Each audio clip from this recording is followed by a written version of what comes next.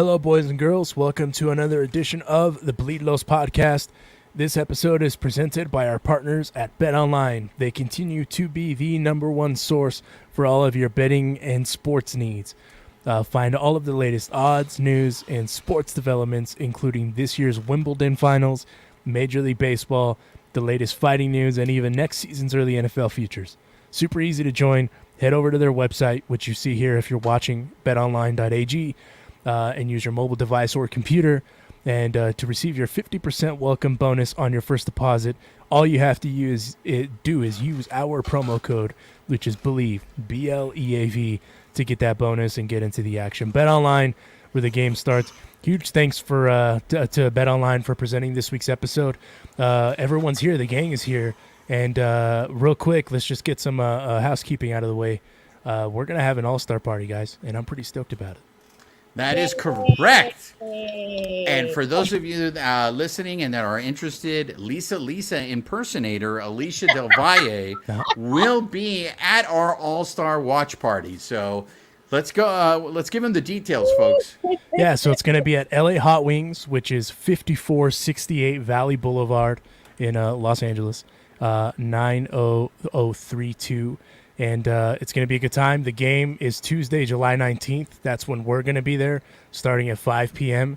But we're not just going to be there, at 5 p.m. We're going to be there for a while, hanging out with all of yous, the listeners and the supporters. And again, as Juan always prefaces, you never know who's going to stop by the Carne Asada. And even though it's a wing and a pizza place, you never know who's going to stop by the Carne Asada. So stop by, have some wings, have some pizza, and then also if you wear your Dodgers gear, get half off of appetizers, and then ask about our Lucky 13 special. Ask us, the people that are there. And we're all going to be there hanging out, mingling with you guys.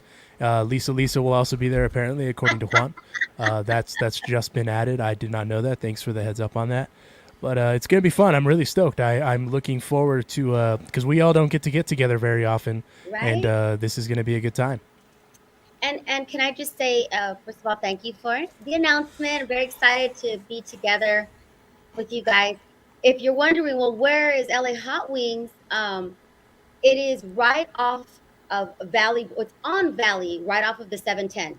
So if you're coming from the east side area, think El Sereno, Alhambra. It is right next to the LASC practice facility, not far from Cal State LA, that area. Does that help? I hope that helps. I think that helps. All I know is Roger just booed you because you said LAFC. That's all I heard. So make sure, Raza, that you show up. We want to make sure that we have the coolest all-star game watch party in all of LA. We know you have many choices. So we want to make sure you come to the real party. As I said, Lisa will be jamming the whole night. It's going to get crazy. The kickbacks, you're going to see ghetto blasters. There might be some cardboard out there. So it'll be a good time, folks. There's going to be giveaways too. You guys left that out too. So we've got some cool stuff coming from Foco, from Believe. They've helped us out, our network. There was some cool stuff. We've got some other stuff in the works as well, so stay tuned for that. Can I just mention come through. some more things? Sure. Okay, so I know we are getting donations like wine baskets. Losordo Wines is donating, Scout and Cellar is donating, Trejo's Cerveza is donating. We might even have a special surprise, like Danny might come in himself just to try out the pizza, and we'll get a breaking news. Breaking news. But even if Danny doesn't make it, he's already committed to, he loves our podcast. He loves supporting the only Latino podcast talking Dodgers and LA culture and tacos. And Trejo's Hello, he's all about tacos and coffee and donuts. So please come see us, come hang out. Yes, it's technically an all-star game watch party, but it's an excuse. Mexicanos, Latinos. We love any excuse to party. We want you to come and party with us. And more importantly, it's on a Tuesday and it's early, and we understand that, but it's kid friendly. If you don't need to get a sitter, bring the kiddos, have some pizza, have some hot wings. Babyface and I stopped by and we tried out the food, and it's good. And we're also supporting a locally owned family business, and that's very important to us as well. So, yeah, come see us. And again, just a reminder, we have a live show. We're going to be doing a live show. So. Yes. Yeah, we're gonna do a live show supporting the LA Hot Wings family-owned business. We're really stoked, and huge thanks to them also for letting us do the damn thing there and have a kickback there. Hopefully, it doesn't get shut down, because if Danny comes through, damn. But it's come through. If you want more info, it's all over the socials at Bleed Los Podcast everywhere. More details there, and also we'll have more details forthcoming as we get closer, because it's crazy to think it's only 2 weeks away from here to the All-Star game. What the hell? Like, where did the season go? It's flown by like that. But enough of that. Let's talk a little bit of shop. Well, there are comments, and specifically about a Stand with Juan shirt. My boy! My boy, thank you very much. I think Sports Empire. Sports Empire, you have to be there, man. You have to come, man. I asked if those shirts could be made, and all the printers and even myself said that can't be done. I believe, and the irony is there's literally a screen print shop right behind Roger. Yeah, and that's it can't be done. And our boy Efren is with us again. Efren, I think he wants to see a blonde version of Lisa. I think is what he's going with. I also, if you're standing with Juan, I really hope that you stand with him by breakdancing out in front of LA Hot Wings on July 19th at 5 p.m. Oh, for sure, man. For sure. Speaking of the All-Star game, there's some tidbits out there that the people want the Clayton Kershaw to start it over the likes of Tony Gonsolin and Sandy Alcantara. I guess I should correct. My apologies to Sandy. What say all of you to that? Hey, look, I get the sentimental value and all that stuff, but first what I would like to address is Kershaw going back on his word.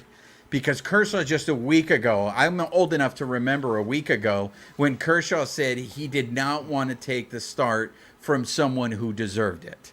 And it's not that Kershaw is not having a good season, but to do that to his boy, Tony Gonsolin, to do that to Goose, I mean, has Kershaw not seen Maverick?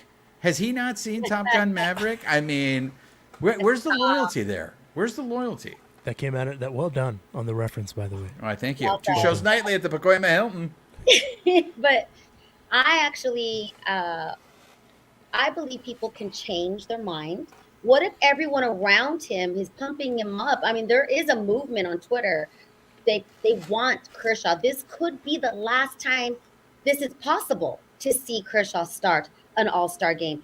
And Tony, he has just come into his own, and as awesome as he's doing, I'm counting on him being here and being around for years. And he's going to be there. It's not like we're talking the start. It is emotional, but I'm that person that wants Kershaw to die a Dodger, and this is only going to seal that story, that legacy, and it's his last chance to do it. That's why I'm for that. Of course, in a perfect world, Tony, our cat daddy, our cat meow, cat man. Whoa, this is just kombucha, I promise. I'm gonna need to see the label on that real quick. I agree with everything Alicia just said, in part because obviously people can change. Juan's changed. I mean, he used to be cool. But Clayton Kershaw starting the All-Star game at Dodger Stadium in what could potentially, I mean, this, let's be 100% honest, this could also be it for Kershaw, right? So why not let Kershaw get the nod? The best left-hander of his generation, the best left-hander since Sandy Koufax, in my opinion. Obviously, is there? Yeah, I mean, and also, I mean, there's 2 other guys in the wings there, right? Sandy Alcantara, like I mentioned, and Tony Gonsolin. But to Alicia's point, they're probably going to be around for a while. But also, if baseball is all about tradition and history and giving flowers to all that, give Kershaw's flowers, man. Because if there's a guy that kind of got destroyed a little bit, but now he's kind of getting pushed up as daisies would say. Give the man his flowers. Let the dude do it. Because again, when are you going to start the game at home? When it could be your last hurrah, if you will. You know what I mean? What do you think, Roger? Yeah, I mean, I could see it happening. I mean, did they just say also the other day that Manfred gets to pick kind of like a special all-star, like if he wants to? I mean, I I don't know if believe it's a yeah, Legends. like a Yeah. Legends. I mean, talk could be. I mean, it could be Pujols, but I mean, if Kershaw doesn't make the team, would he pick Kershaw to have, and then they have him start the game? I mean, yeah, Do you know how many guys he can pick? I don't know. I thought it was going to be one for each league. Is it just one overall? That I'm not sure. It might be one guy for each league, but Here, you keep speaking. I'll Google it. yeah. That's So going to be. I mean, for comment. sentimental reasons, I mean, obviously, we'd love to see Kershaw start that game. Yeah. I mean, like I said, it could be his last year in LA, and to have Kershaw, the best left-hander that we've seen in our generation, start that game. I mean, it'd be truly special, right? So, I mean, I'd be down to see that. It's one player for each league. Okay. So it could be Theo, it could be Kershaw. I don't know who it would be in the AL, but Verlander maybe, but Verlander's already in the mix, so I don't know. Truthfully, I haven't been paying attention to anything in the AL because of the Yankees. That's about I it. just thought of something. Doesn't Sure. I mean the MLB they owe us for that weak punishment that they gave the Astros. I mean, this is a nice way to start making it up to Dodger fans. We're not going to forget.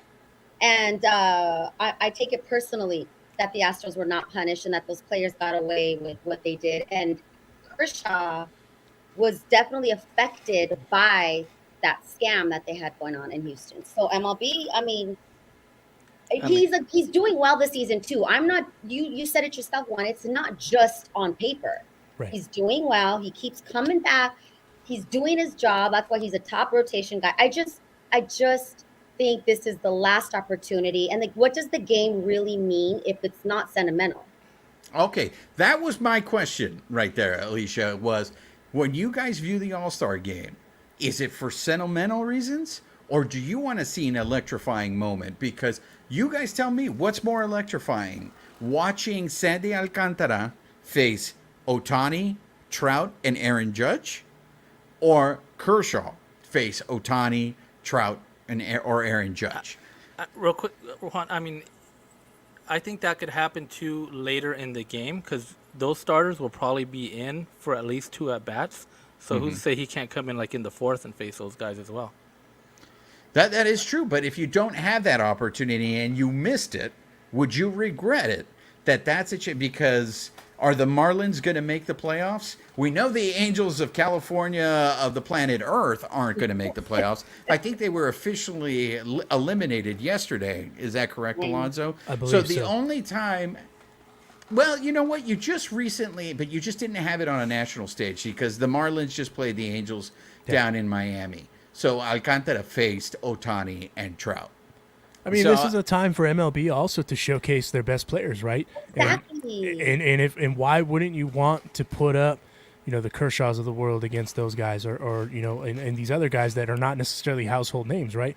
Clayton Kershaw's known, Ohtani's known, right? I mean, when you think of in the grand scheme of things, Shohei Ohtani is the Galactico. That's the guy, right? And then everyone kind of Trout, everyone else falls under him. But how often does baseball make the headlines? You know what I mean? Like we heard about that Freddie Freeman bit, the telenovela that happened, and that's what was all over ESPN. It wasn't that Shohei Ohtani's raking. It's not that Tony Gonsolin's out here just dominating. It's that Freddie Freeman was upset about everything that happened with that deal. So why not showcase those guys to the national stage on national TV? Because, again, it's the All-Star game. And I think the MLB All-Star game is one of the last All-Star games that does it right. The Pro Bowl, the Pro Bowl is not – I can't watch it.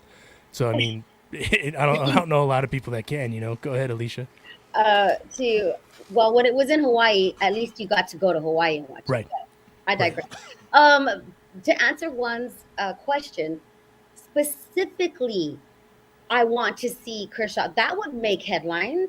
Like I'm agreeing with Alonso. To strike out Ohtani or to, get those outs, I think that's a bigger deal because it's Kershaw and it's the twilight of his career. So okay, but that's as a Dodger fan.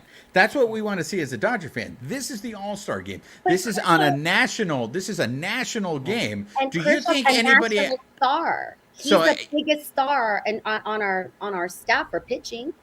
So you think that's what the rest of the country wants to see? On a national level, though, you know who's probably going to start that All-Star game for the American League? It's Justin Verlander. Probably. Right. Justin Verlander's having a crazy season coming back from Tommy John. So you'd have Kershaw versus Verlander, Dodgers versus Astros at Dodger Stadium in the All-Star game. That's not national headlines?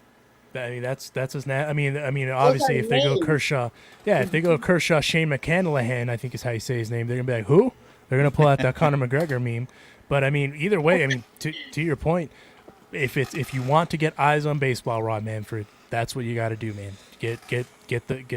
It's the All-Star game. Get your stars up there and do the thing. I understand the tradition. I do. I completely understand the tradition. I also understand that you can change your mind, and good for you, Clayton, for changing your mind, because he's also changed his mind. Look how Lucy is playing this year. It's okay to be cool, Juan. It's okay. No, look, I get it. The All-Star game has this. This is why we have fans voting. How many times do we have guys that make the All-Star game that really don't deserve to make the All-Star game, but they're there on reputation, right? So I get that. That happens. But look, if we're being honest, and let's be honest, la neta, okay? Aquí hablamos con la verdad, all right? Yeah. If we look at it, and like I said, Kershaw's having a good year, man. Yeah. His ERA is 2.57. So it's not like, and I'm not even saying Kershaw's a scrub. Like, we're not saying that at all. He's having a great year. He just obviously had some time away because he was a little hurt. Right, but look, you know who else has a 2.57 ERA? Who's that? Is Julio Urias. See. And I don't hear the call for Urias to start the All-Star game. Okay. So this is just a decision. Let's just be clear that the reason why we want this is because we think it's at Dodger Stadium. He should, it should be a Dodger starting the game, right? Is that what everybody is feeling? I agree with that. I agree with that. And Urias is, I don't want to say anything and I don't want you coming after me. But I would still want Kershaw over Julio. That's my sentiment as a Dodger fan. I'm admitting it. And I don't like the way some Dodger fans treated Kershaw, even after we found out how the Astros were cheating. Like, I just think this is the last time we get to see him in this position. And how important is the win for the All-Star game? For optics purposes, the MLB, I think, would do better having the veteran, the Kershaw, Sandy Koufax called him a better pitcher than Sandy. There's just so many more reasons to start Kershaw for the sentiment, for the value of what the game means. 100%. In my opinion. 100%. Real quick, if you guys are watching, or if you're listening and watching, and if you're at work, maybe getting in trouble because that's why you're not watching, chime in. What do you guys think? We got the as the kids would say, the DMs are open. The comments are open. Tell us and chime in with your thoughts and let us know. Who do you want to start the All-Star game? Tony Gonsolin, Clayton Kershaw, Sandy Alcantara. I mean, those are all, and let's also be honest here. All three of those options are great options. I know. They're not, right? What a problem. yeah. I mean, that's a decision I obviously am not having to make. But at the end of the day, that's cool. Moving on. Could I publicly shame a friend of mine? Absolutely. Travis We're Couch. all about publicly shaming people. No. I know. Juan is for sure. For sure. I stand with Juan. Hashtag. That's right. Shouts out Sports Empire. My good friend Travis Couch of Scary Pool Party and Wires. Shout out to the homie Travis. He sent me this in a text a few moments ago, and I couldn't help but just chuckle a little bit. But I kind of wanted to hear your guys' thoughts on it. So it's from I think it's from Instagram. I think I might be wrong, but I'll find out. Quote: "Here is the funny thing: if you see someone wearing a Dodgers or Giants or Padres hat, you might assume that they're just wearing it for the fashion. Maybe there's a 50-50 chance they're a fan, and if they were, they're probably pretty casual." Quote: "Yeah, I'm a Dodgers fan, like go LA, Quote: "But if you see someone wearing an Angels hat, you know they are a baseball fan, like very strong baseball fan, probably very knowledgeable, because who else is stupid enough to endure all this and still go out there and spend money on actual merch to rep this team? Now, let me just preface: we're not going to shit on the Angels. They do that on their own. We don't need to do anything more than that because I mean, let's be real. The way that they But go I'm the about a-hole. stuff- I'm the a-hole. right. And I'm not even talking smack about their fans because they actually have a pretty chill fan base. What do you think of that, Juan? Like, what's your takeaway when you see that? Because all I hear is kind of virtue signaling as far as like, oh, the Dodgers fans aren't Reals fans, and to me, it's like, what? Like, that doesn't make sense to me. Look, to me, there's truth in the sense that if you are going to wear the scarlet letter, then you really are a fan. I mean, Well like, done. you're in it. You're Well in, done. Yeah, for all you Nathaniel Hawthorne fans out there, I'm throwing some love towards you guys. But look, if you rep the Angels and you put up what's going on over there, hey, all power to you. But, you know, we rep a team that wins. We rep a team that is in the playoffs every year. And like our number one fan, by the way, our number one fan, Philip Lopez, joining us on the live. And I love that you put number one fan here because it gives me an opportunity. The great James Caan, the star of The Godfather, Sonny Corleone. He was also in Misery. He passed away today. There's that famous line in Misery, I'm your number one fan. So shouts out to James Caan. He was a real one. Go out there tonight and watch one of his most underrated performances in Michael Mann's movie Thief. He was fantastic in that, but we lost a great one today. Alicia, real quick before you chime in, is it also fair that this is happening because we are kind of regarded now as the evil empire? Well, I was going to say haters going to hate. It's just a testament to how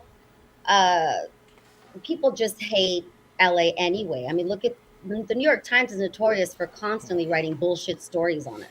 Facts. Yet they come and move here. Like tonight, shout out Cubs fans. So I want to say that I know people who wear the Angels hat, not necessarily because they are more knowledgeable or they like suffering.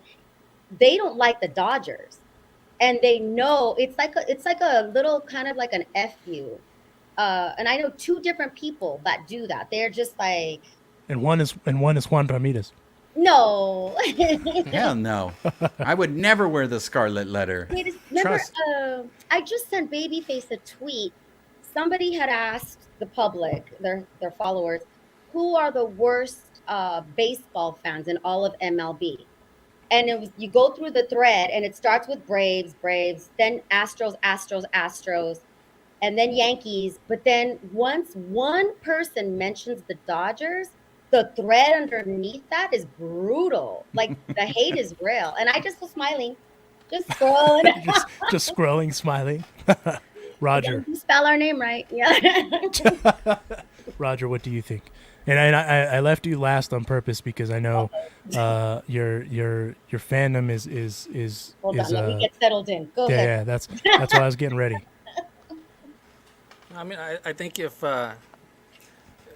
wearing a Dodgers hat, wearing a Yankees hat, wearing like a Red Sox hat can be trendy, right? So when you do see somebody with a Dodger hat, you don't really know, like, okay, are these guys wearing it for a trend or are they real fan? Most of the time, they are pretty much, real fans. But like you said, wearing an Angel hat, not even wearing a Padres hat, I mean, that's not really trendy, right? I mean, Right. They got at least somewhat like that team. So, I could see his point there as well. They must follow the team in somewhat. I mean, I don't think you don't see most. I have a couple relatives as well that they're Angels fans, right? And for some reason, like you guys mentioned, they hate on the Dodgers, which I don't really understand that. Because hate them, right? Like, Yeah, for me, it's like I don't care. I mean, the Angels are playing. Okay, cool. I'll watch the game, but I don't care one way or another what they're doing. They're not even in the same league. Exactly. So, but they have this like built-in hate that they're even like to showing to like their kids. Like, oh, I hate the Angels. Like I mean, I hate the Dodgers. Like, why? Like, what the Dodgers do to you? Like, I don't see that connection. The Angels fans like hating on the Dodgers. It doesn't make any sense to me. And also, let's preface, like we don't have disdain towards these other fan bases. I just think those sorts of comments are funny, in general. Because it's like, what? I wouldn't associate like a Yankee fan wearing, being a knowledgeable baseball fan just because they're wearing a Yankee a hat. You know what I mean? Like, I feel like that's, in some cases, maybe they're just from New York. They may not know anything about baseball, but maybe they're just from the Bronx and they want to wear a New York hat, right? So I don't understand it, but I do at the same time because we are the new evil empire. I mean, how long we've talked about this for a while. The Dodgers have been pretty successful for the better part of 10 years now, a decade. So, I mean, I kind of get the hate at the same time, but also when you have two of the best players on the planet and you're not really doing a whole lot, it's a slippery slope, no? I mean, absolutely. I mean, look, Dodger fans are tough because even sometimes I have to admit I have a hard time dealing with them, especially when we have a villain of the week every week. They hate everybody. They want to run somebody out of town. It was Freddie Freeman when it was the telenovela. Pobre Federico. What did Federico ever do? He showed emotion.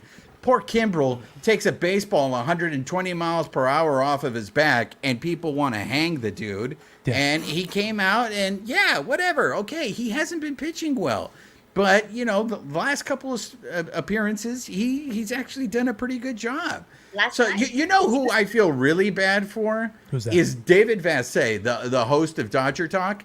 Because Vassegh has to talk to some of you guys. And I listen to Dodger Talk when I'm driving home from the stadium, and I listen to people calling in, and they're just like saying all this hateful stuff. And Vassegh has to sit there and take all of it, right? Like Vassegh's got to sit there and say to you and listen to it and be nice because it is his job after all, right? He has to listen to you guys and talk all this madness and harp on all these ludicrous takes that you guys have, because one minute you guys love the Dodgers and then the next minute you guys you think the Dodgers are the worst team ever. So I understand why Dodger fans have some hate.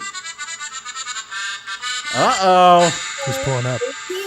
For those of you guys who are regular fans to the live, you guys know what that means.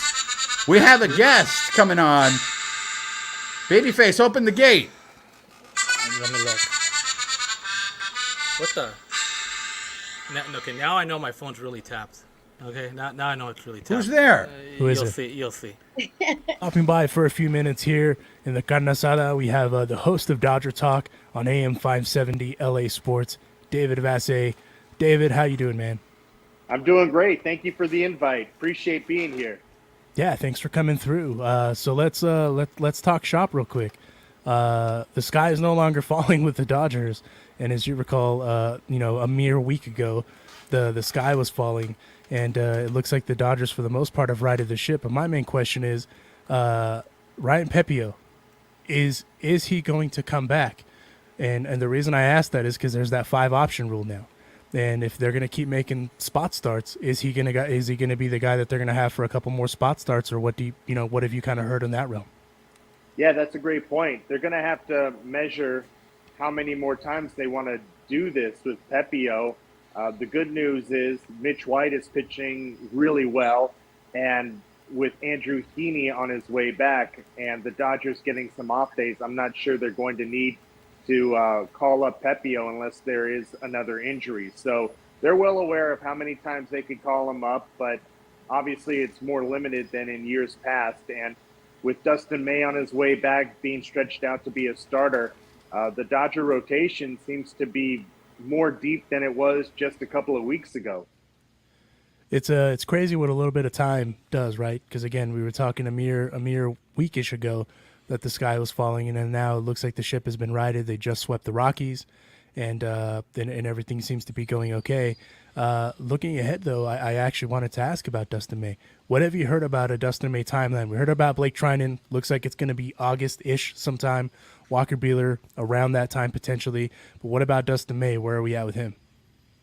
Yeah, right now he's at Camelback Ranch, and he's throwing to hitters, simulating games at Camelback Ranch every 5th day, a la a starter, and being stretched out as a starting pitcher. And once he completes doing that 5 times, I believe it was his 3rd or 4th time just a couple of days ago, he'll go out on a rehab assignment. So August seems to be a fair timeline, not the beginning of August, but mid to late August for Dustin May to possibly help the Dodgers in the rotation if needed. If not, they've always said this, it's better to be stretched out and then come in as reliever rather than only being stretched out for a couple of innings. So he definitely is a guy that they're, I wouldn't say counting on, but certainly are expecting to contribute in some form or fashion. I always pump the brakes when everybody says, oh, Dustin May's on the way back.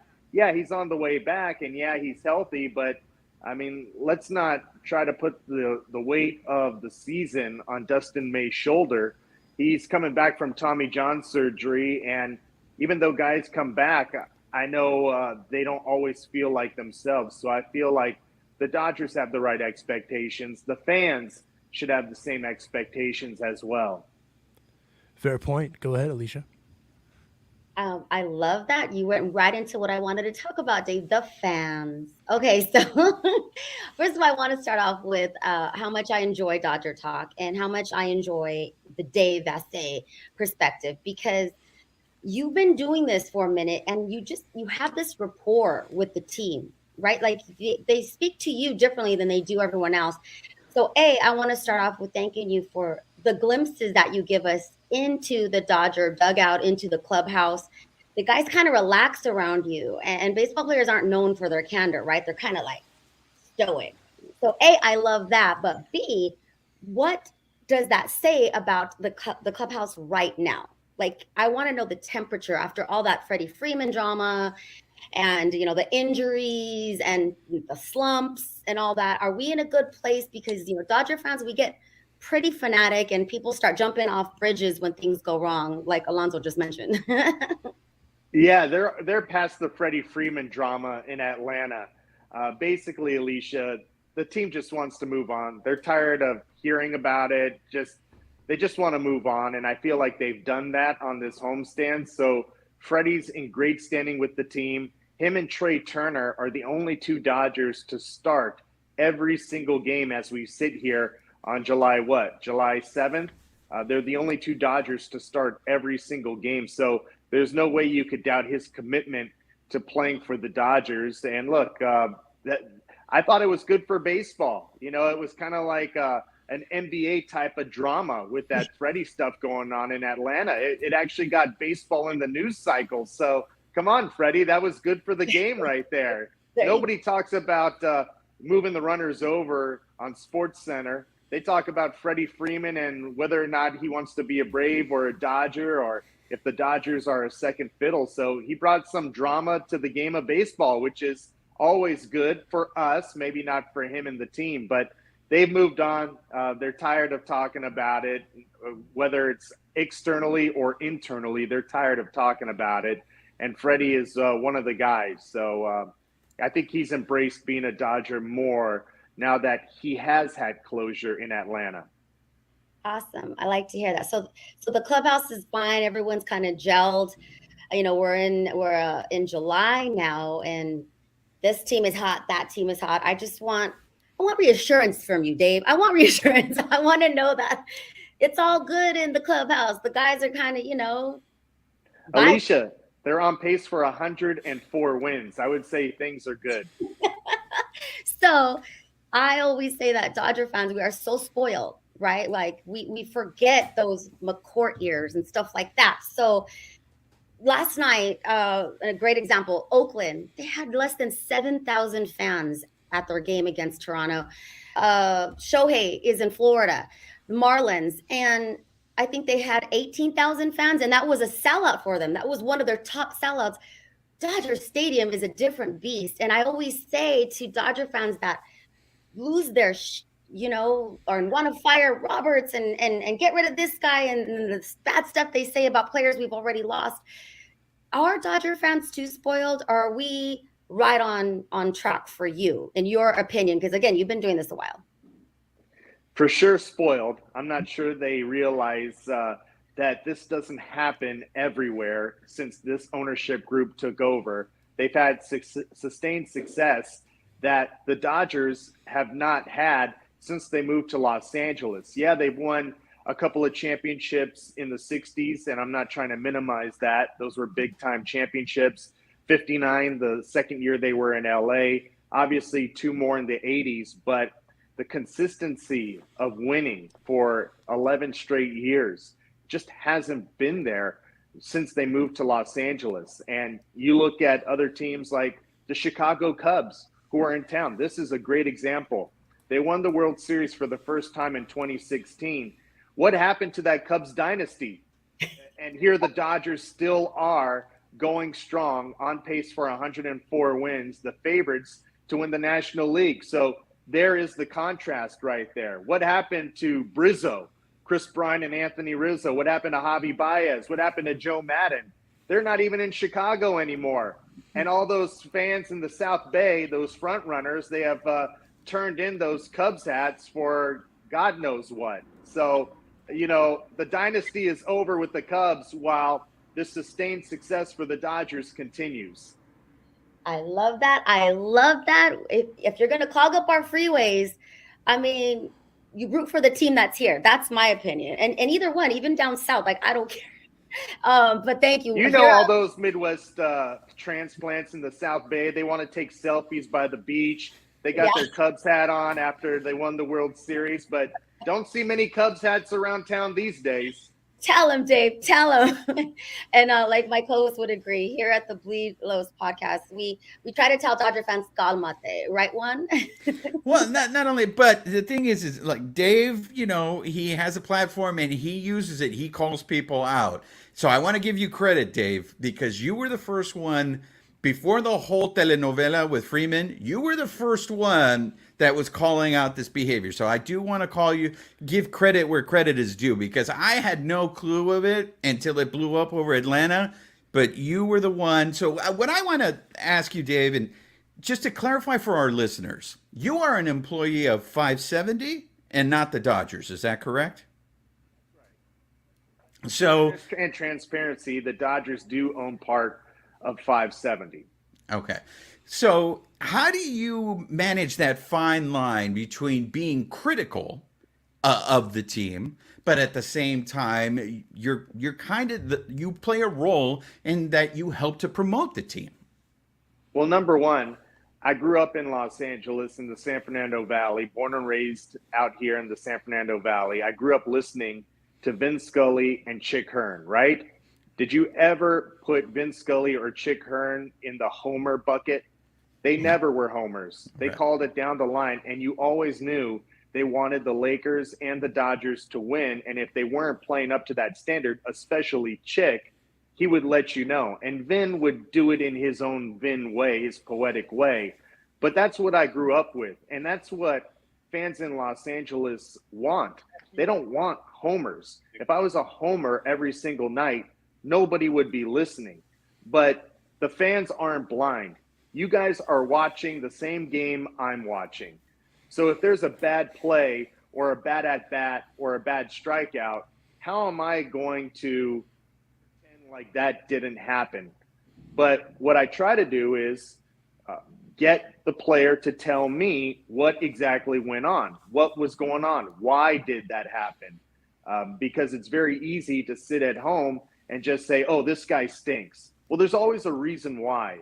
And I always tell fans that a great player or a really good player doesn't always turn bad overnight. There's usually a reason why, either a personal issue or usually a physical issue that they're not talking about. So with all that in mind and the information that I try to gather before and after games, I try to present it that way instead of just being a guy that's going to say, oh, this guy stinks, get rid of this guy, bench that guy, trade that guy. That's really not the way to approach it. And that's part of the reason why guys seem to trust me and respect the fact that I'm not out here to torch them. I'm actually here to try to explain the background of what's going on the surface. All right. With the last few minutes that we have with you, I have two questions, burning questions I need answers for. Well, actually, the second one is more of a request. The first question I had, in that famous video that was on Instagram between you and Adrian Gonzalez boxing, he sucker punched you, right? No, we were doing a fantasy football draft, and he had he had all that boxing equipment in his garage, and he said, "Come on, let's put it on. I want to punch you." Obviously he had a lot of buried anger towards me from when he played, and he could pack a punch. I mean, he's legit. And then Cody took some swings too. He took it easy. He pulled his punches on me. So why does everybody treat you like a punching bag? Hey, whatever they need, I'm here. I mean. All right, and here, this is a favor that I need you to help us with. Okay, we are trying to educate Princess Del Valle here on the golden era of wrestling. So I still call it WWF. Can you tell her what are wrestlers from that era that she needs to be well informed on? So number one, Miss Elizabeth was the hottest thing going in the 80s. So she is your Miss Elizabeth. Yes, right absolutely. Absolutely. Okay, so I was a Hulkamaniac. I took my vitamins. I said my prayers. I did not go to the gym. I'm still skinny fat, so I missed out on one of them. I mean, Andre the Giant, I hated that guy. I hated Bobby the Brain Heenan. I mean, talk about drama. The love triangle between Bobby the Brain Heenan, Hulk Hogan, and Andre Giant. That's a novella right there, right? That's what drew us in. That's what drew us in. And then with the superpowers breaking up, I mean, you need a love interest, and you need men fighting over a woman, and that's what you had with Hulk Hogan and Randy Macho Man Savage over Miss Elizabeth. So that was the sweet spot of all of it. Do you see, Alicia? This is why it's so important for you to be up to. These are the conversations we could have on the show if you were more well informed on the golden era. Yeah, and you're right, Dave. She is our Miss Elizabeth. Yeah. How about just pop in WrestleMania 3, Alicia? It will have you hooked. Okay, I'm down. You brought it up, Dave. What is the best WrestleMania? It's WrestleMania 3. It's Hogan slamming Andre the Giant. The slam. Heard round the world. There we go. We go back and forth because I'm convinced it's WrestleMania 10. So, I mean, that's again, it could be 1A, 1B, right? I stopped watching after 4. Wow. Wow. Dang. Fair, but completely fair. And then, and before we set you loose, as we mentioned, we're all about the Dodgers, tacos, and LA culture here. You grew up in the Valley. I have to know what's your favorite taco and where do you get it from? Ooh, there's a great taco spot on the corner of Victory and Fallbrook. It's been there for 25 years. I go there all the time. I forgot the name of it. I just go there. And what do you get? Oh, well, when my wife was pregnant, we'd have to go to these pregnancy classes. And for me to get through it, I'd have to get at least 4 chicken tacos and maybe a couple of asada tacos. So it has a sentimental meaning to us because that's what we used to do on the way to what do they call it? The Lamaze classes or something like that. Yeah. Yeah. No, Did wifey get tacos too? I mean, she's the pregnant. Oh, yeah. She was pregnant. Throw it down. And that's all that matters. Happy wife, happy life. By the way, my new favorite spot is close to Dodger Stadium. It's Mexicali Tacos on Fig. That's where I go before a lot of Dodger games. It's right on Fig, and there's a coffee joint right next door to it, a Brazilian coffee joint a couple of doors down. So Mexicali Tacos on Figueroa is my spot. Is that the one right by the freeway entrance, the 110? Yeah, it's right over the bridge right there at the Fig corridor. Those are good. Yeah. Mexicali Tacos, great burritos. They got cauliflower tacos if I want to go plant-based that day. They are awesome. I love Mexicali Tacos. See, these are the notes that we have to take. Wow, plant-based. Do you go with Gabe Kapler? Is that where you guys go to get tacos? Man, I got to get my cholesterol down. I can't be throwing down asada every day. It's the Italian food, right? That's what's killing you. Yeah. Pasta, meatballs, yeah, all that stuff. You know who actually got me going plant-based? You'll never believe this. Mark McGuire. Really? Really? Yeah. Mark McGuire sent me a Netflix documentary on how to, just kind of scaring you about how some of this meat is processed and how they treat these animals and flood them with antibiotics. And it kind of scared me into going plant-based since I don't work out that much. And ever since then, I would say I'm 20, 70, 30 plant-based. Wow. Speaking of former Cardinals that were Dodgers hitting instructors, Dave, how the hell did Jack Clark how did he become the Dodgers hitting instructor?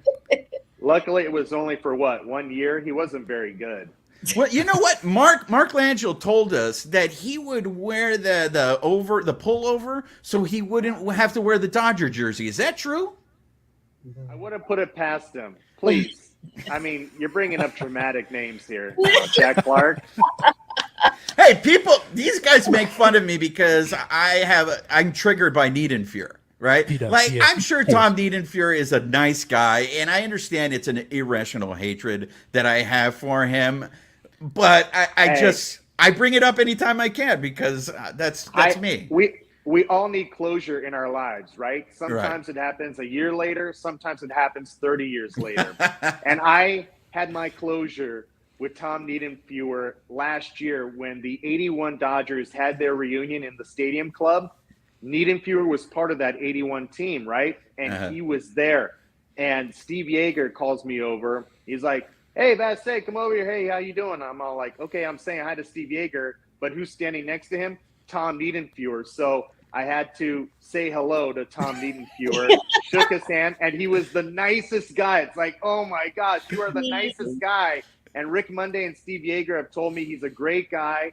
And I witnessed that for myself, and we shook hands. And that was my closure on Tom Niedenfuhr giving up that home run in Game 6 of the 85 NLCS. And you know what, Juan? That's called growth. That's growth, Juan. I hope to get there to one point. I do. I really do. I understand my hatred for him is irrational. I really do. I mean, Mark, in that 81 reunion that you're talking about, Dave, Mark told us that Niedenfuhr was expecting to get booed, that he was surprised that the fans actually cheered for him. And that makes me feel bad for the guy, that he was anticipating to get booed and he still showed up. Yeah, he's basically the Bill Buckner of the Dodgers, right? I mean, he'll always go down in infamy no matter how good of a career he had, giving up that home run. And I've talked to guys on that team because I want answers, and I've tried to get to the bottom of it. Number one, there are a couple of different reasons why he was in that game. At the beginning of the year, Steve Howe was suspended again, and he was supposed to be their closer, so they had nobody else. And Tommy used Tom Niedenfuhr relentlessly during that season. And even in that playoff series, Niedenfuhr gave up the home run to Ozzie Smith in St. Louis. And then in that Game 6, he actually was pitching his third inning that day. There was no reason for him to be in that game. Jerry Royce was warming up in the bullpen. And Andy Van Slyke, who was not Andy Van Slyke at the time, was on deck. And if they bring in Jerry Royce, the left-hander, Whitey Herzog's going to pinch hit with Steve Lake. And, it was unnecessary. Got to bring in Royce. And for the sake of transparency, Hulk Hogan is also in Juan Ramirez's Flight Club. I'm Team Savage over here, so I get it. But he also I heard Macho Man was a better guy. Well, you know what? It's funny. People say that. Do I hate Hogan because of what I know about Hogan now? And I'm like, no, I hated Hogan when I was a kid because everybody rooted for Hogan. He always won. It was ridiculous. It was just like, to me, Ric Flair got the business. He knows, hey, give and take. I'll lose one, you win one. That's the way the business should go. Rematches make money, right? That's right. Rematches make money. Hey, Alicia with the big picture. See, she's getting it. She's starting to get it. She's learning. All right, Speaking of that, how about rematch Dodgers-Astros? Hey. That makes me nervous, man. That makes me nervous, Dave. Only because of this. If they lose, we're not going to hear the end of it. No, we're not going to hear the end of it. Cubs fan right now. You sound like a Cubs fan. If we lose, he is a White Sox sympathizer, so that doesn't really surprise me if I'm being totally transparent. I wish I shared your guys' optimism. I'm telling you, this is the Niedenfuhr effect. This is 1985. Every time, like when Matt Stairs hit the home run off of Broxton, I was like, we got Niedenfuhred. We just got Niedenfuhred. Can I throw in my 2 cents? Sure. I as much as I would love that telenovela, Dave. Dodgers, Astros. I want Dodgers, Yankees because my ex-boyfriend is a Yankees scout, and I want to destroy them on television. Wow. Jeez. TMI. Yeah. She took it to a whole level that I was not expecting. Like, hey, Dave, you're really good at bringing out information out of people. We did not know that about Alicia, so thank you. Yes. I'm exaggerating. He's a really great guy. Everyone loves him. Breaking news: Alicia wants her ex-boyfriend to just pound sand. Me or the ex-boyfriend? Who are you talking about? Well, there you have it, ladies and gentlemen. Friend of the Carne Asada, Dave Vassegh. Thank you for stopping by. Follow him at @thereal_DV on the Twitters. He's a great follow. All Dodgers insight, and hopefully we can have you back on sometime. No problem, guys. It was fun.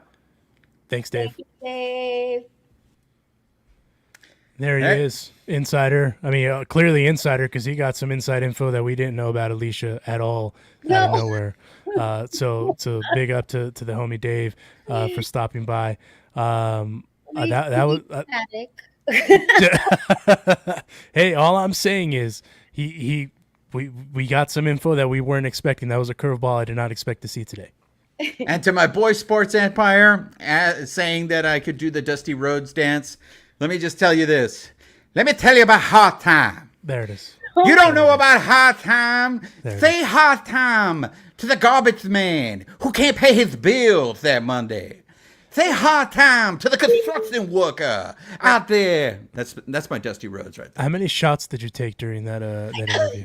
I will say this. I don't think my Dusty Rhodes is as good as my Macho Man Randy Savage. Your Macho Man's pretty good. Wondering, I was celebrating 4th of July on the pukster's grave. He was kissing my boots. Yeah, dig it. I like that Alicia's like, what is happening? What is happening? You're learning. But you're learning. Joe Bimo though. No, Joe Bimo. Yeah, I need to see one dressed up like Bimo, and then Bimo. I think Bimo's an elite. Bimo's company. is better. I will say that. Yeah, he's an elite company. But a lot. What was your biggest takeaway from Vassegh, Dave, or Dave Juan? From Vassegh, Dave. His confidence that the Dodgers would beat the Astros. That scares me. I mean, you guys just talked about it before. Verlander is having a great season, and the Astros offense is, I mean, whether they're banging on trash cans or whatever, the Astros offense is up there. Look, it's the Yankees or the Astros in the American League. Right. So if the Dodgers can find a way to get out of the National League in the World Series, we're going to be looking at either a Yankees or an Astros World Series. But we still have a whole second half to where, so we can't get that far ahead of ourselves. What about you, Alicia? Well, I would just ask this simply. Who would MLB prefer? Probably the Yankees, if we're being totally honest. Yeah. Yep. You know what? I have no love. I don't want to share anything with Astros, and nor their apologist fans. Like, no. They don't deserve the energy. They don't deserve the prime time. Nope. I am pulling all the way for it. I feel that. What about you, Roger? I'd like to see the Astros, but I need MLB to go into Minute Maid Field and make sure that there's no cameras there first. Make sure it's a level playing field, and then I think we're good. I feel like if the Astros made the World Series, regardless of who the opponent is, it'd be so scrutinized that it just wouldn't even like it would be like it'd be the Astros at featuring the World Series. You know what I mean? Like, because the scrutiny would just be, oh, what are they cheating with now? And I mean, the irony of all that is it's their own damn fault because of the leniency that they got through kind of that punishment phase, right? So that's kind of the rich irony. But I do think that if the Dodgers were to play the Astros today, I think the Dodgers would have the upper hand, if we're being completely honest. Well, I mean, it's going to be interesting because Dave also mentioned Dustin May being down in Arizona, throwing up on. It sounds like he's throwing on a regular basis. We've got reports that Blake Trinan. I mean, think about this right now. The Dodgers bullpen, who I get it, Kimbrel's been a little shaky, but for the most part, the Dodgers bullpen has been able to do this without Daniel Hudson, without Blake Trinan. Like, they're not going to get Hudson. Hudson's down. That's a big piece that they missed. Yeah. But they're going to get Blake Trinan right back, hopefully. Now, if Blake Trinan comes back, maybe they make another move or maybe even if they don't make another move, if Dustin May goes into the rotation or if Dustin May goes into the bullpen, the Dodgers, I don't know, man. I'm sure they'll probably will make other moves, but maybe they're starting to get healthy at the right time, and it's the second half of the season, and I do think they're going to need it, because don't forget, I know all you guys have already counted out the show pods, but the show pods are going to get Tatis back. And the one thing, we haven't even talked about what the Dodgers did last week, by the way, going 6-1 in the last 7 games and beating the show pods 3 games out of 4. But what was glaringly obvious to me in that series is the show pods offense is their weak point. So getting Tatis back is going to help them. And if Machado gets healthy, it's going to be a different show pods team that the Dodgers are going to see. And they're going to see a lot of the show pods in the second half. Yeah, I mean, and again, it's, I've talked about it a bunch here. Talk to me in July. And now July is upon us, and the All-Star break is about to, be upon us as well. And now we're going to kind of see what these teams are, if these teams are legit, right? And, the Padres are just as well built as anyone to kind of flip that switch and figure it out, because their pitching is legit. It's just been injuries in other fronts, right? And the Dodgers have had their injuries. I hope Blake Treinen is Blake Treinen. If Blake Treinen is Blake Treinen, dog, that bullpen, and if Craig Kimbrell is like Craig even said himself the other day, that he was starting to feel like he was turning a corner and he was feeling pretty good, and last night he pitched pretty well. So if you have a Blake Treinen in the 8th and a Craig Kimbrell in the 9th, that's ungodly fair. And then we haven't even given Evan Phillips his flowers yet. So you throw an Evan Phillips into that mix, from your 7, 8, and 9, dog. If you can keep going out and getting Mitch White, type outings from your starters where they're going 5, and you get your Yency Almontes, your Brewstar Gratterols out there that are just raking right now, and then you get to that 7, 8, 9 with those 3 guys, man, it's ultimately that's what it comes back down to, is health, right? And if the Dodgers can stay healthy with that bullpen, the Dodgers are well positioned to make a run. It's just a matter of now, getting healthy. And I think, like you said, they're getting healthy at the right time. Roger, is that confirmed, what you just shared with us? Yeah, Dodgers just announced it. The Dodgers So breaking news for those of you on the live, the Dodgers have announced that Mike Brito has passed away. For those of you who don't know who Mike Brito is, you need to know who he is, especially since this is a podcast that this is a Fernando Valenzuela podcast, and the story of Fernando Valenzuela cannot be told without talking about Mike Brito. I had the pleasure, the honor of spending time with Mike Brito last year, so this is a really sad. I hate that this is coming at the end of today's show. Yeah. This is a day after the Mexican League celebrated Fernando Valenzuela's jersey being retired in all of the Mexican Baseball League. Mm-hmm. So this is sad, man. This is very sad. And again, this is just something that I hate to segue to this, but the fact that Mike Brito is not going to be around when Valenzuela's jersey finally gets retired is another reason why the Dodgers needed to have done this yesterday. So for the Dodgers to not retire that number, Harin had says this. Harin had said he wants it retired before he goes. I would hate to lose Harin, and Valenzuela's jersey is still not retired. Facts. Deepest condolences to Mike Brito's family and friends.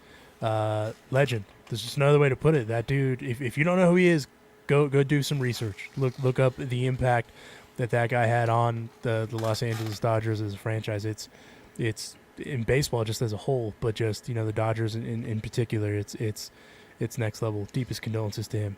For those of you who don't know who he is, he would wear the Panama hat. He was a Cuban guy. He had a cigar, wear glasses. He would have the radar gun behind home plate.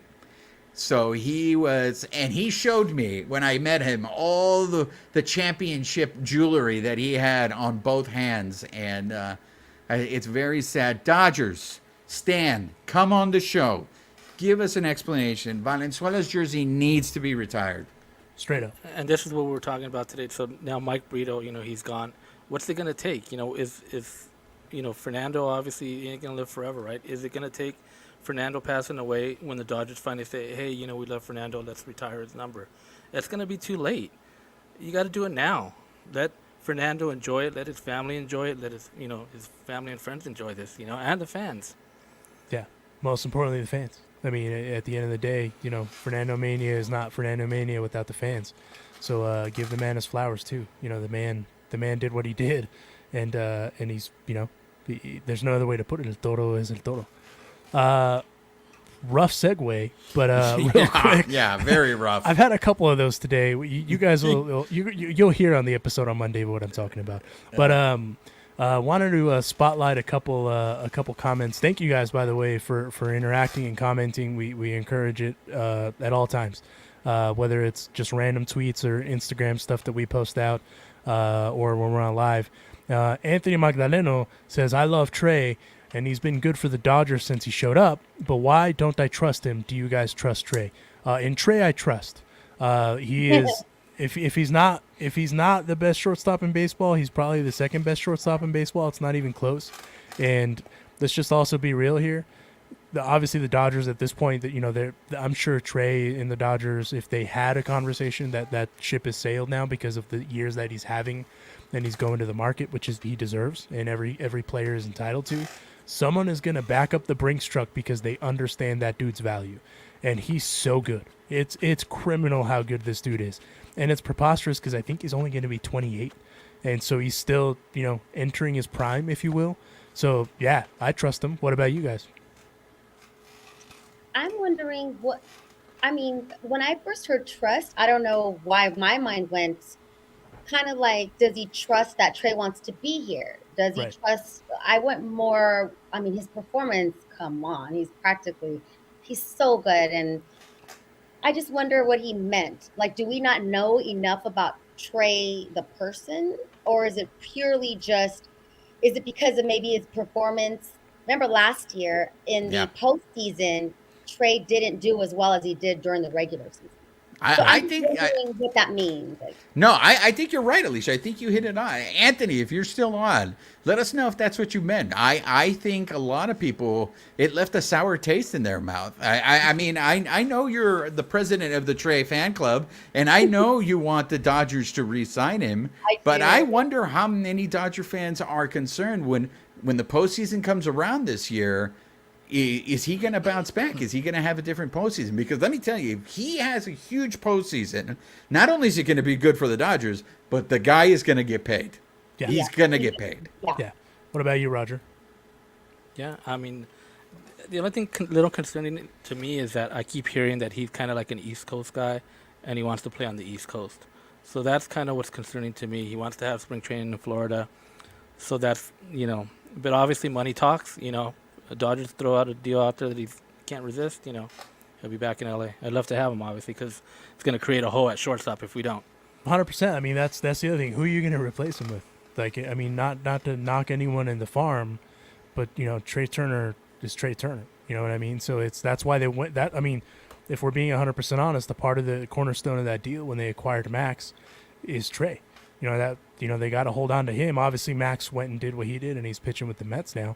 But they got to hold on to Trey for 1.5 seasons. Philip Lopez just commented on that. It's Scherzer all over again. Man, that guy's triggered or something. Right? What's wrong, Philip? It's okay. No pasa nada. No pasa nada, Philip. Everything's going to be fine. And that's coming from a Raider fan, Philip. So I think you'll be okay. I bet you Philip is a Raiders fan. Real quick before we end the show and we let everybody know again about our live coming up at LA Hot Wings. We did get a comment from Philip about my hat. It's the Dodger hat, so you can actually go find it. But we have some other hats that you're only going to find on the Bleed Low site, or if you come to our event, we'll probably have some to give away and whatnot. So Alicia's got one there that we have. Pretty dope hats, I think. And then we got our traditional Bleed Low's logo hat, and then a new one that I just been working on, which I think is pretty fire. It's our positive taco hat. Positive taco influence, ladies and gentlemen. So, I think that and was pretty I knew it. I was right. Philip is a Raiders fan. The Raiders. That The autumn explains- wind is a Raider. That's why there was undertones of years of abuse, so it all makes sense. Exactly, the trauma. Yeah, that's PTSD. I know PTSD when I see it. You guys are just mad because the Raiders are the most progressive team in the we go. NFL. Because what did the Raiders do today? Yeah, exactly. My internet's going bad. Yeah, I think it's time to cut off. All right, let's recap. Let's get our picks before we go because the game's about to start. Dodgers and the Cubs, so we want to make sure you guys are ready to go watch the game. Recap of last week: nobody won because the Dodgers went 6-1, and nobody thought the Dodgers were gonna be that dominant. It's all Juan's fault. I went So- 5-2. Yeah, Alonzo and the Princess picked 5-2, and then the Jinx Eddie Mush over here joined me in going 4-3, and Eddie we Mush, lost. well done. Well done, So sir. we are going to update the standings in first place, and this is why Sports Empire is going to have the shirts made Stand with Juan, is myself with 5 points. Alicia's in second with 4, and then Alonzo and Roger are tied with 3. So coming up next week, we got 4 against the Cachorros of Chicago, and then we got 3 against the Cardenales, man. So the Redbirds. So Alonzo, you want to go first? Sure. I'm gonna go 5-2. All right. Alicia? 1, 2, 3, 4. We better sweep the Cubs. Anyway, I think I'm gonna go 5-2 as well. That's my All right. instinct. Roger. All right. Now, we always say babyface for Oh, last. that's right. That's because right. he is the most important. He is. Yes. I'm also under the weather, so forgive me. I'm gonna go 4-3. Oh, okay. I think There they're he gonna is. win 3 out of 4 against the Cachorros, and then Sports Empire with the 4-3 too, man. That Sports Empire is a smart man. The anti-pessimist club coming through and real. I think they dropped 2 out of 3 against the Cardenales, and it hates me to say that. Yeah, I can hear the pain in your voice as you said that. So they're playing 7 games, Roger. So they're going 8-0. Yeah, go ahead, Roger. They're going 5-2. 5-2. All right. All right. I hate to say this to Alicia and Alonzo, you guys aren't winning next week, but thanks for participating. Years of abuse. Dang. So, Yeah. hey, those of you guys that are in the chat and in the live, make sure you drop in your predictions for next week. Sports Empire with the 4-3. Everybody else, we want to hear from you guys. If you're not subscribed to the podcast, if you're not following us on Twitter, if you're not following us on Instagram, what are you guys waiting for? Come on, it's the Bleed Lows podcast. You're going to get all the details on our big kickback that we're throwing up, the All-Star Watch Party. Va a ser una parranda on Tuesday. Make sure you joined us. And at somewhere our socials are going to show up on a ticker at some point. I don't work that because our budget is 0 and I don't know how to use that. But real quick, before we kick it over to the homies at Sportsnet LA, go watch them. Shout out to the homie John Hartung, has the COVID. Feel better, big guy. The Bleed Los All-Star Game Watch Party. Jeez, that was tough. Tuesday, July 19th, 5 p.m. is when doors open at LA Hot Wings. 5468 Valley Boulevard. It's off of the 710 and Valley Boulevard. It's pretty easy to find over there on the kind of east side-ish part of downtown over by the LAFC practice facility. Come through. We're going to have giveaways. We're going to be doing our podcast live from there. So if you want to stand with Juan, he will be sitting, but you can stand with him. There's going to be food and drink specials. Wear Dodger gear, get half off of appetizers for wearing said Dodger gear, and then ask about the Lucky 13 specials. We're going to be pimping it all over the internet for however long for the next little bit. Come through, come to the kickback, hang out, and there's going to be plenty of giveaways from Trejo's Tacos and others, and I forgot the names. Apologies, we're just running out of time. Real quick, Bet Online presented this week's episode of the Carne Asada Live. Huge thanks to them. If you head on over to their website, which is betonline.ag, and use our promo code, which is Believe, BLEAV, you will receive a 50% welcome bonus on your first deposit. Just head on over there. They are the number one the number one source for all of your betting needs and sports information. Huge thanks to them for presenting this week's episode. Excuse me, I'm under the weather, so my throat's all messed up. But huge thanks to you guys. Follow us. give us the comments, give us, whatever you can, follows, likes, all that good stuff. But again, head on over to Sportsnet LA. Check out the homies over there, and they'll get you sorted out against the first game against Los Cachorros de Chicago. So go check it out. And huge thanks to everyone. But on that note, we'll see you later. Princess del Valle, Alonso Juan, Babyface Gimmick in the Sky. We thank you guys. We love you guys. We'll catch you down the road. I see you 7-0. At least he went 7-0. Right?